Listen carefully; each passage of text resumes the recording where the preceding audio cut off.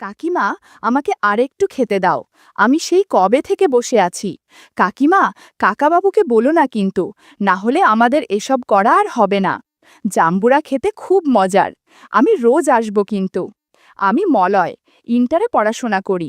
পৌষ সংক্রান্তির দিন প্রায় সব বাড়িতেই পিঠেপুলি তৈরি করা হয়।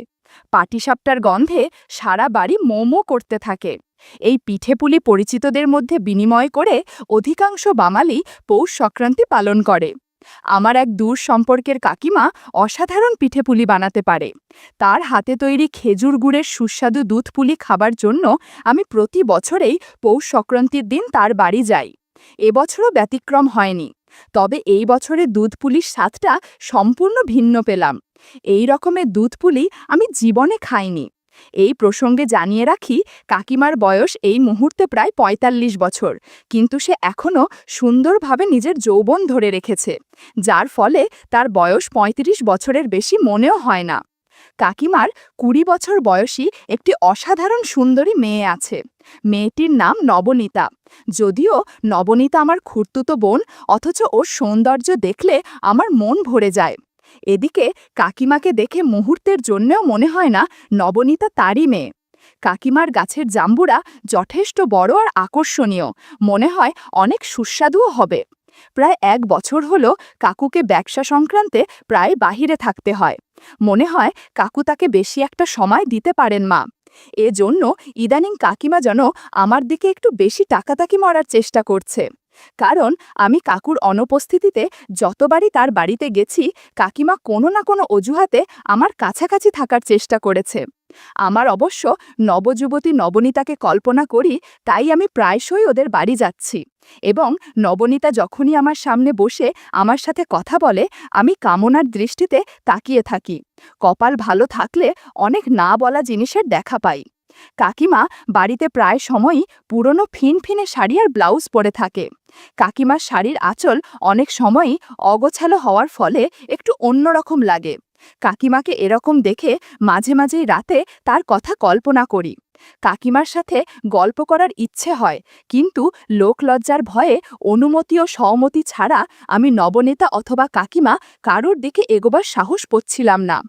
এবছর পৌষ সংক্রান্তির কয়েকদিন আগে কাকিমা আমায় পিঠেপুলি খাবার জন্য আমন্ত্রণ করল।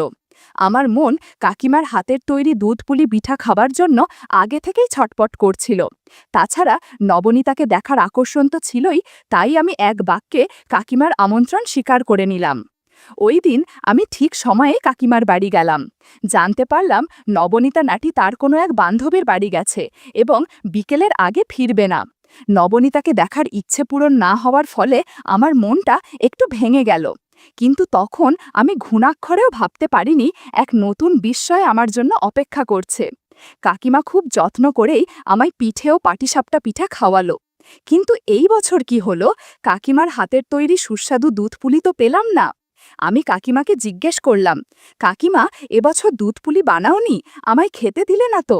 কাকিমা রহস্যময় হাসি দিয়ে বলল, এবছর আমি তোমায় নতুন রকমের দুধ পুলি খাওয়াবো, কিন্তু তার আগে আমি তোমার চোখ বেঁধে দেব এবং নিজে হাতেই তোমায় দুধ পুলি খাওয়াবো। এই রকমের সুস্বাদু দুধ পুলি তুমি কোনোদিন খাওনি। আমি ভ্যাবাচাকা হয়ে কাকিমার দিকে তাকিয়ে থাকলাম।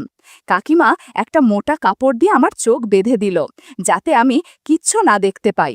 কয়েক মুহূর্ত বাদে কাকিমা আমায় দুধ পুলি খাবার জন্য হাঁ করতে বলল। মনে হয় কোনো সারপ্রাইজ দিবে।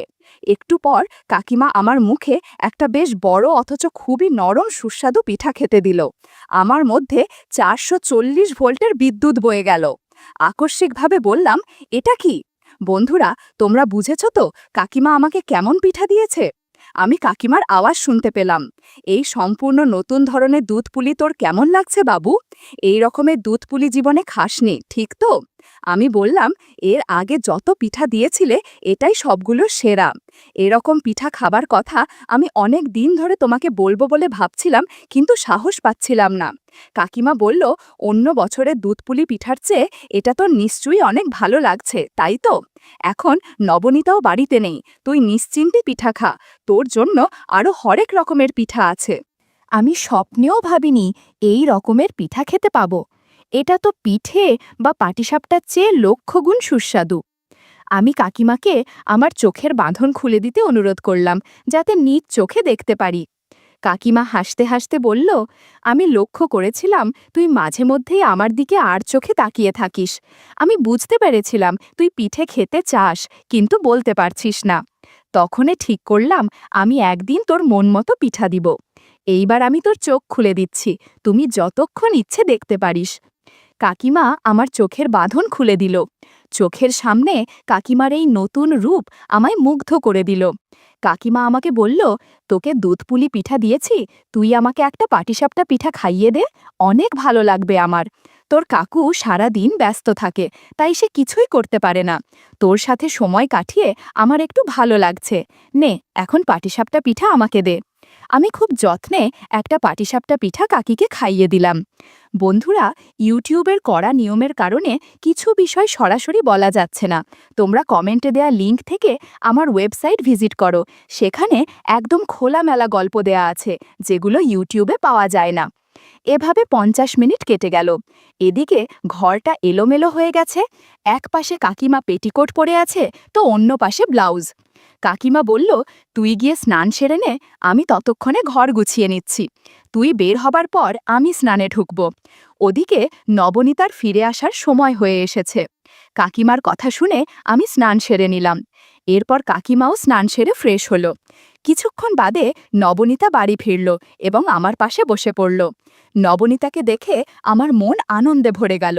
কাকিমা নবনীতাকে আমার সাথে কথা বলতে বলে ঘরের কাজের জন্য উঠে গেল। নবনীতা কোনোদিনই আমায় দাদা বলে সম্বোধন করত না, মলয় বলেই ডাকত। কাকিমা চলে যাবার পর নবনীতা ফিস ফিস করে আমায় বলল, মলয়, কেমন পিঠে খেলি? নতুন রকমের দুধপুলি পিঠা নিশ্চয়ই খুব উপভোগ করেছিস, তাই না?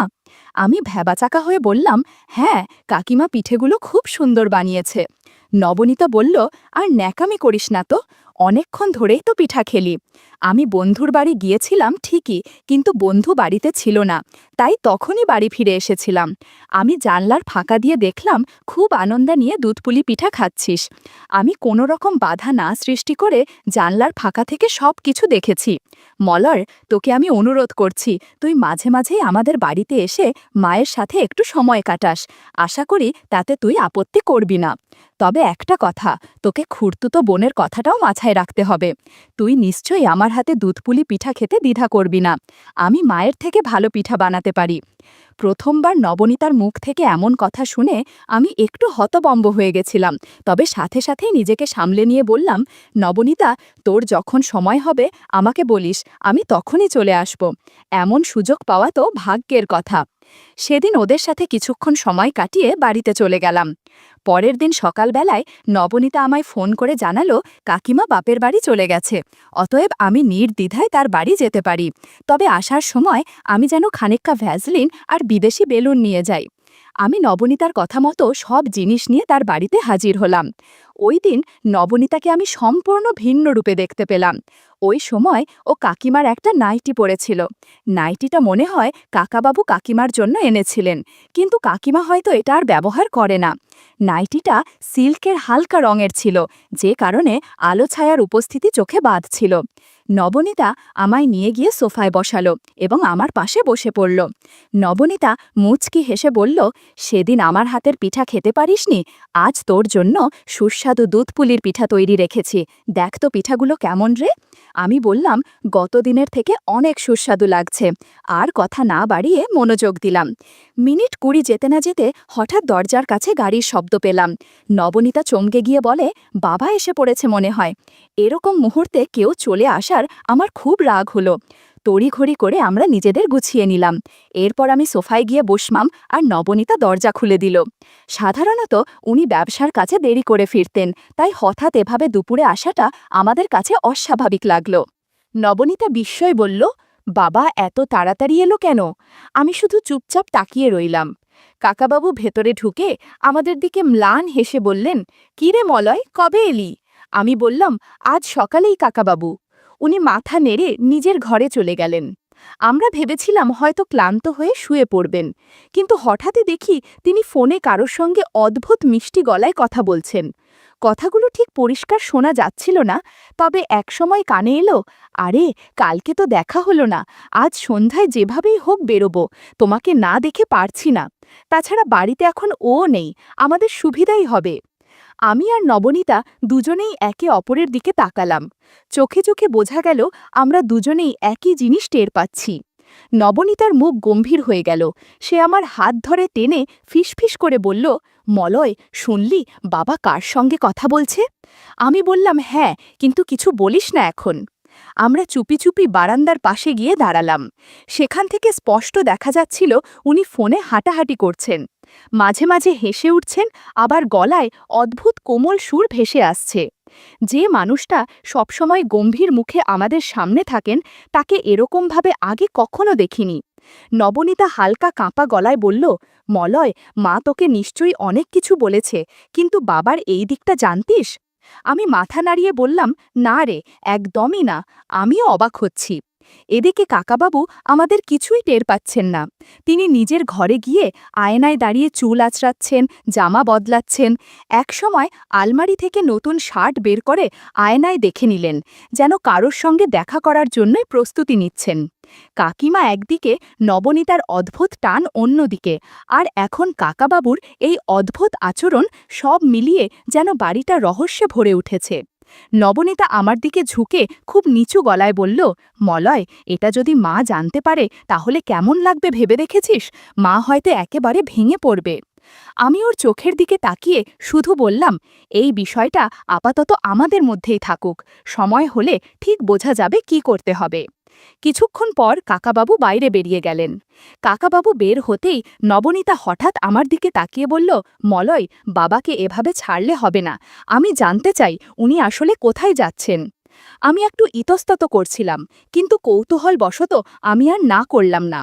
আমার খুব জানতে ইচ্ছে হলো, বাড়িতে এত সুন্দর আকর্ষণীয় বউ রেখে কার সাথে দেখা করতে যাচ্ছেন কাকাবাবু। নবনীতা তাড়াতাড়ি তার স্কুটি বের করল, আর আমি পিছনে বসলাম। কাকাবাবুর গাড়িটা কিছুটা দূরে এগিয়ে যাচ্ছিল, আর আমরা যথাসম্ভব লুকিয়ে তার পিছু নিলাম। রাস্তাটা ফাঁকা ছিল, বাতাস আমাদের কানে শোঁ শোঁ শব্দ করছিল। প্রায় আধ ঘন্টা চলার পর দেখি গাড়িটা একটা ফার্ম হাউসের সামনে ঢুকে থামল। জায়গাটা নির্জন, চারপাশে গাছগাছালি আর বড় গেট। আমরা একটু দূরে স্কুটি লুকিয়ে রেখে ধীরে ধীরে এগোলাম। গেটটা আধখোলা ছিল, তাই ভেতরে উঁকি দিতে অসুবিধা হলো না। যা দেখলাম তাতে বুক কেঁপে উঠল। গাড়ি থেকে নামলেন কাকাবাবু। সেখানে আরেকটা সিএনজি রাখা ছিল, সেটা থেকে নামল পাশার বাড়ির রীতিকা কাকিমা। মুখে হালকা লাজুক হাসি, কিন্তু চোখে এমন এক উজ্জ্বলতা যা সব কিছু বলে দিচ্ছে। পরনে লাল সিল্কের শাড়ি আর মেহেরুন কালারের স্লিভলেস ব্লাউজ। রীতিকা কাকিমাকে দেখে আমার চোখ ছানা বড়া হয়ে গেল। এই সৌন্দর্যেই কাকাবাবু মুগ্ধ হয়েছে তা বুঝতে বাকি রইল না। নবনীতা হঠাৎ বলল, দেখছিস তো, আমি জানতাম কিছু একটা আছে। আমি ওর কথায় শুধু হুঁ হুঁ করেই যাচ্ছি, কিন্তু মন ছিল রীতিকা কাকির দিকে। ওরা ফার্ম হাউসের ভেতরে ঢুকল। আমরাও সাহস করে কাছে গিয়ে জানালার পাশের থাই গ্লাসে চোখ রাখলাম। কাজটা একমুখী ছিল, ভেতরে সব দেখা যায়, কিন্তু বাইরের দিকে কেউ দেখতে পাবে না। ভেতরে যা চলছিল তাতে আমাদের চোখ স্থির হয়ে গেল। রীতিকা কাকিমা কাকাবাবুর খুব কাছাকাছি চলে এসেছে। সব কিছুতে যেন গোপন এক উৎসবের আয়োজন। বন্ধুরা, ইউটিউবের কড়া নিয়মের কারণে কিছু বিষয় সরাসরি বলা যাচ্ছে না। তোমরা কমেন্টে দেয়া লিঙ্ক থেকে আমার ওয়েবসাইট ভিজিট করো, সেখানে একদম খোলামেলা গল্প দেয়া আছে, যেগুলো ইউটিউবে পাওয়া যায় না।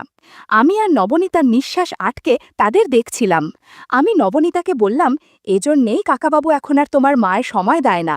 কিন্তু নবনীতা আমার কথা শুনছে না, ভেতরের দৃশ্য দেখে অদ্ভুত আচরণ করছে। বিষয়টি বুঝতে পেরে আমিও ওকে নিয়ে বাড়ির পিছের স্টোর রুমে চলে গেলাম দুপুরের বাকি কাজ সম্পূর্ণ করতে।